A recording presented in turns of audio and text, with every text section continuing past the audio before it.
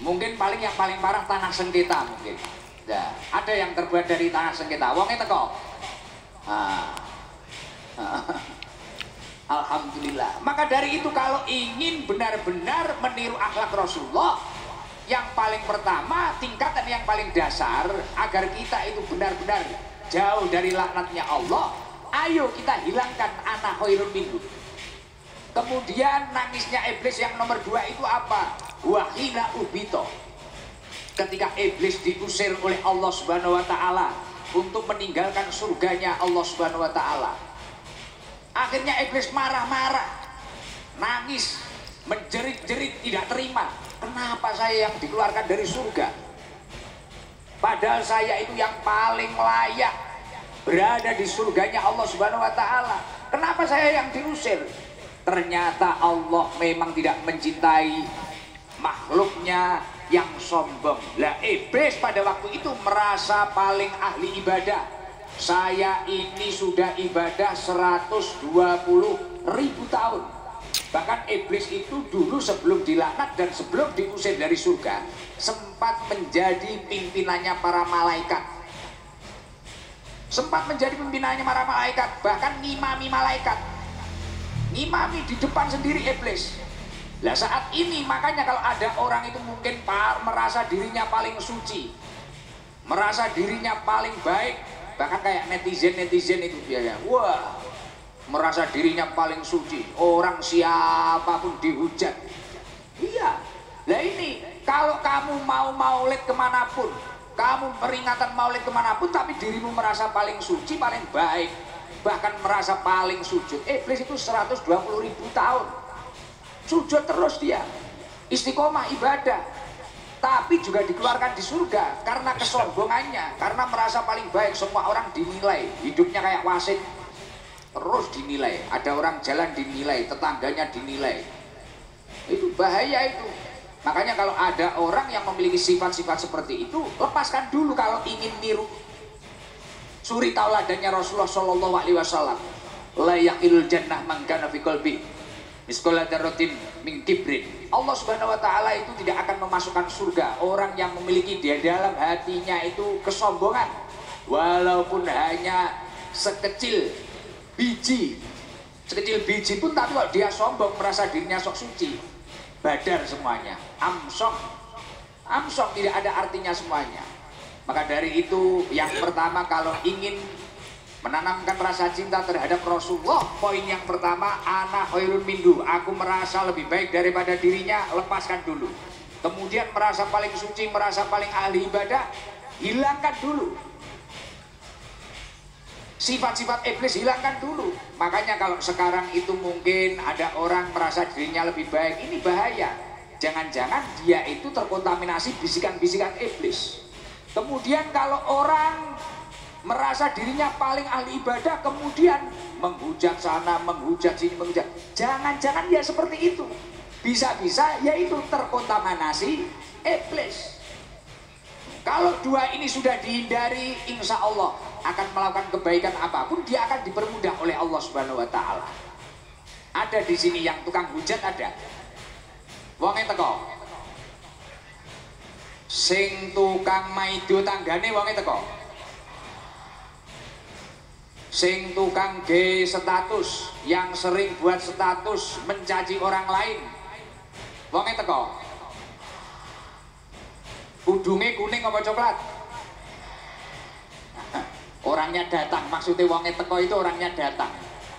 Ternyata orangnya datang semua, masya Allah, alhamdulillah. Sing tukang ngeslot wonge teko. Oh, ya kuwi. Iku tukang ngeslot kuwi. Pantes kopiahe yo miring kabeh iki sing tukang ngeslot iki. Lah nangisnya iblis yang ketiga apa? Nangisnya iblis yang ketiga ketika Allah Subhanahu wa taala wahina wulida sallallahu alaihi wasallam. Ketika Allah Subhanahu wa taala menurunkan yang namanya Nabi Muhammad sallallahu alaihi, iblis akhirnya nangis. Kenapa ini? Saya dulu dilaknat oleh Allah, saya dulu diusir oleh Allah. Akhirnya saya itu berusaha menghasut orang-orang agar orang itu menyembah api, orang Majusi menyembah api, orang ini, bahkan menyembah selain Allah. Lah kemudian Allah kok malah menurunkan manusia yang bagaikan mutiara yang bernama Rasulullah Shallallahu Alaihi Wasallam, yang mana Rasulullah ini memperbaiki akhlak manusia, yang mana Rasulullah ini membawa dari zaman minad dzulumati ilan nur, zaman yang gelap gulita sampai zaman yang terang benderang. Akhirnya iblis marah. Maka dari itu kalau ada orang nggak suka dengan peringatan Maulid Nabi, lah ini ya bahaya juga. Jangan-jangan dia kongsi sama iblis itu. Iya, jangan-jangan kongsi. Karena itu nangisnya iblis yang ketiga itu ketika diturunkan Nabi Muhammad. Waduh, lah ini manusia. Lah ketika diturunkan Nabi Muhammad, orang yang pernah kehasut iblis, yang menyembah selain Allah, akhirnya kembali kepada Allah. Akhirnya mau bersujud, akhirnya mau beribadah, mengikuti Rasulullah.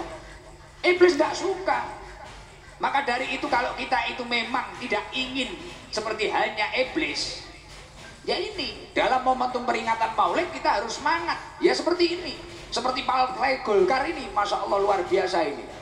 Tidak gemen-gemen ini di gedung, masya Allah luar biasa. Bahkan semuanya semangat, saya lihat ketumnya semangat. Padahal saya yakin beliau pasti sibuk, jabatannya aja sampai banyak kayak gitu. Menteri ini, wah saya aja lihat jabatannya pusing saya. Masya Allah, tapi saya yakin saldonya pasti banyak juga ini. Wah, itu. Padahal beliau repot, tapi menyempatkan waktunya. Ini semuanya saya lihat juga repot-repot, Masya Allah, luar biasa ini. Nah ini, tapi ketika semuanya itu bersemangat, entah itu yang pejabat, yang ulama, yang pimpinan ormas, mungkin jamaah-jamaah yang hadir rela menutup tokonya lebih awal untuk peringatan Maulid, rela pulang kerja lebih awal untuk peringatan Maulid. Masya Allah, ini sejalan dengan apa yang didakwakan oleh Allah Subhanahu wa Ta'ala di dalam surat Yunus. Qul bi fadlillahi wa bi rahmatihi fa bidzalika falyafrahu. Katakanlah dengan anugerah Allah, dengan rahmat Allah, yakni lahirnya Nabi Muhammad Shallallahu Alaihi Wasallam, fabidzalika falyafrahu. Bahagialah atas kelahiran Rasulullah. Bahkan dulu itu Rasulullah itu punya saudara yang sampai akhir hayatnya itu tidak pernah iman terhadap Rasulullah, tidak pernah mengikuti syariatnya Allah Subhanahu Wa Taala. Hari-harinya Rasulullah itu dihujat, dibully. Jadi Rasulullah itu dulu punya paman. Jadi bahagia pada kelahiran Rasulullah ini membawa barokah, bahagia saja. Apalagi kalau mau mengeluarkan biaya, wah ini luar biasa. Saya yakin berkah Maulid ini Golkar pasti akan lebih jaya lagi. Loh itu pasti itu. Karena gini Pak Ketum, ini beneran mulai ngaji bener ini. Tadi belum, masih mukotimah tadi, sama belajar bahasa Indonesia. Saya itu agak sulit, bahasa Indonesia itu agak sulit. Karena biasanya kalau nggak Jawa, Inggris. Jadi di dalam Al-Quran itu disebutkan, Qul bi fadlillahi wa bi rahmatihi fa bidzalika falyafrahu. Katakanlah dengan anugerah Allah, dengan rahmat Allah, fa bidzalika falyafrahu. Bahagialah atas kelahiran Rasulullah. Seneng, kamu harus bahagia. Lah dulu itu ada saudaranya Rasulullah, tidak pernah iman terhadap Rasulullah, tidak pernah mengikuti syariatnya Allah, tapi dia pernah bahagia pada kelahiran Rasulullah. Dia itu sampai selamat mendapatkan keringanan siksa kubur. Dalam alam kubur dia itu mendapatkan keringanan siksa kubur. Dia siapa? Bernama Abu Lahab. Abu Lahab itu sampai dinas di Al-Quran, dia itu di neraka itu selama-lamanya. Makanya di dalam surat Al-Lahab pernah baca nggak? Tabbat yada abi lahabi wa tab ma aghna'an malu wa ma. Saya selana rong data lahabi wa mra'atu, sama istrinya. Jadi Abu Lahab sama istrinya ini setel 11 rolas 11 12, sama-sama wong angel bulet. Ini jangan sampai loh ada orang suami istri podo-podo angel ya, aja sampai loh ya, bahaya loh kayak Abu Lahab nanti. Loh Abu Lahab ini angel semua, suami angel, istri angel, pokoknya wes angel tenan Abu Lahab. Semisal ketemu nanti pulang ngaji tenan Abu Lahab. Langsung wis tak hujat habis-habisan paling. Paling sekarang nongkrong di Monas meneh. Iya Abu Lahab kayak gitu. Suatu ketika Abu Lahab ini meninggal. Hobinya tiap hari ngujat Rasulullah. Ngujat terus. Rasulullah dicaci, dibully, istrinya juga gitu. Rasulullah mau jamaah dibesangi gitu apa? Kasih ranjau, duri kasih ranjau. Terus kemudian istrinya itu tiap hari keliling. Wah itu apa? Muhammad itu apa? Sesat itu Muhammad itu gini. Terus. Begitu kan terus. Akhirnya Abu Lahab tiba-tiba meninggal. Setelah meninggal, selang beberapa hari, keponakannya Abu Lahab ini bermimpi ketemu Abu Lahab. Abu Lahab itu babak belur. Babak belur gini wes. Kayak orang banyak utangnya nggak bisa nyaur itu loh. Lah, wes akhirnya babak belur. Tanya sama keponakannya dalam mimpi itu, Pak D, kenapa Pak D? Kok bisa kayak gini? Wah, Le, saya ini babak belur Le. Tiap hari sama malaikat diajar. Lah kok bisa seperti itu Pak D? Karena saya ini tidak pernah iman terhadap Nabimu Muhammad. Saya tidak pernah mengikuti Tuhanmu Allah. Ya ini tiap hari saya dipukuli terus sama malaikat. Loh kok bisa Pak D? Ya itu karena masalahnya itu. Tapi saya ini dapat keringanan. Lah kok bisa? Keringanan gimana Pak D? Setiap hari Senin malaikat-malaikat itu libur ngajar saya. Loh lah kok bisa? Wong biasanya libur itu hari Minggu kok. Ini malah hari Senin.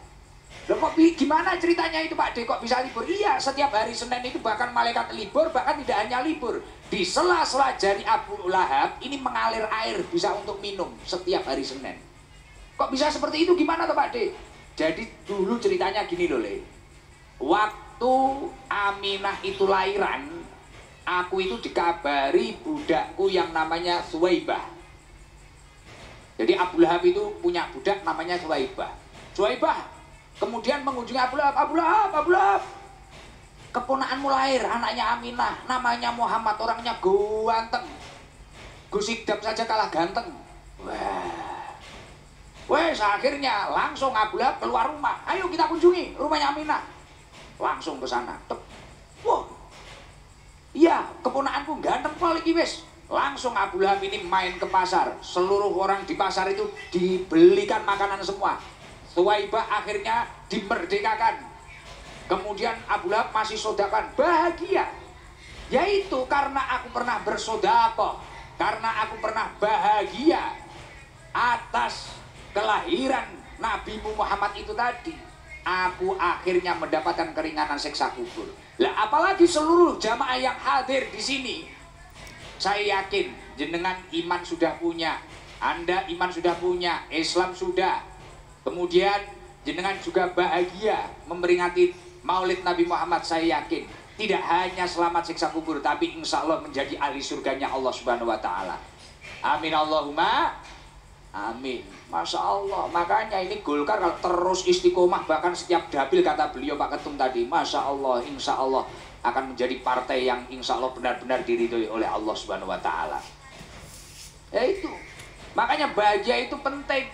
Dalam momentum peringatan Maulid itu penting. Bahkan ini tadi Pak Ketum bisiki saya, Gus itu kan biasanya kalau manggil-manggil jamaah itu, kan biasanya saya lihat di video Gus itu kadang manggil jamaah. Oh iya, biasanya tak kasih uang saku biasanya. Kalau saya di rumah itu tak panggil, kasih uang saku. Biasanya seperti itu. Malah Pak Ketum tadi bilang, kalau malam hari ini untuk peringatan Maulid, nanti tak kasih umroh aja Gus. Masya Allah. Nah ini luar biasa beliau, luar biasa. Makanya kalau jabatannya banyak ya nggak usah meri. Lah Pak Ketum biasa aja. Rasulullah itu dulu sama pamannya sendiri dihujat. Jenengan kalau dihujat tenang saja, dekengan pusat kok. Nah, tenang saja. Penting benar, penting merah putih. Wow, nggak usah khawatir. Gak usah khawatir, insya Allah jenengan akan selalu bersama Allah Subhanahu Wa Taala, mendapatkan lindungan dari Allah Subhanahu Wa Taala. Iya, dulu saya itu ya dihujat kayak gitu. Ingat kisahnya Rasulullah itu di tanah Taif itu mah dilimpari batu, limpari kotoran. Tapi nanti jamaah jangan tiru-tiru, nanti saya dicarikan kotoran ya. Iya, Rasulullah kayak gitu. Lah nangisnya iblis yang keempat itu apa? Wahina unzilatil Fatihah. Ketika Allah Subhanahu wa taala menurunkan surat Al-Fatihah. Ketika Allah Subhanahu wa taala menurunkan surat Al-Fatihah, langsung iblis itu panas. Waduh, ini manusia ini sudah diterangkan oleh Muhammad, kok malah Allah menurunkan Al-Fatihah, menurunkan Al-Qur'an. Waduh, ini bahaya. Maka dari itu kalau kita itu mulai keimanannya rapuh, ketakwaannya mulai luntur, banyak-banyak baca Al-Qur'an. Baca Fatihah, makanya setiap momentum acara, momentum apa, orang itu mayoritas baca Fatihah. Bahkan nasihati anak itu sampai saat ini, kalau terlalu diajar, dipukuli, ini sudah nggak musim. Pengen nasihati anak, kirimkan cahaya Fatihah. Habis sholat, bacakan Fatihah 7 kali. Semoga menjadi anak yang minas solihin, dijauhkan dari slot, dijauhkan dari pacaran, dijauhkan dari judol. Itu jenengan kalau punya suami kok hobinya karaoke, hobinya itu maksiat, bacakan Fatihah, Bu. Wah, Gus, Fatihah gak mempan, Gus. Kalau tidur bacakan Inna Anzalna 7 kali. Tapi masih nakal, Gus. Inna Anzalna gak mempan, ditalkin saja.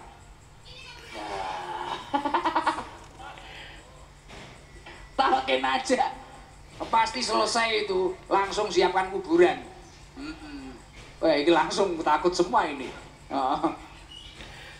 Allahumma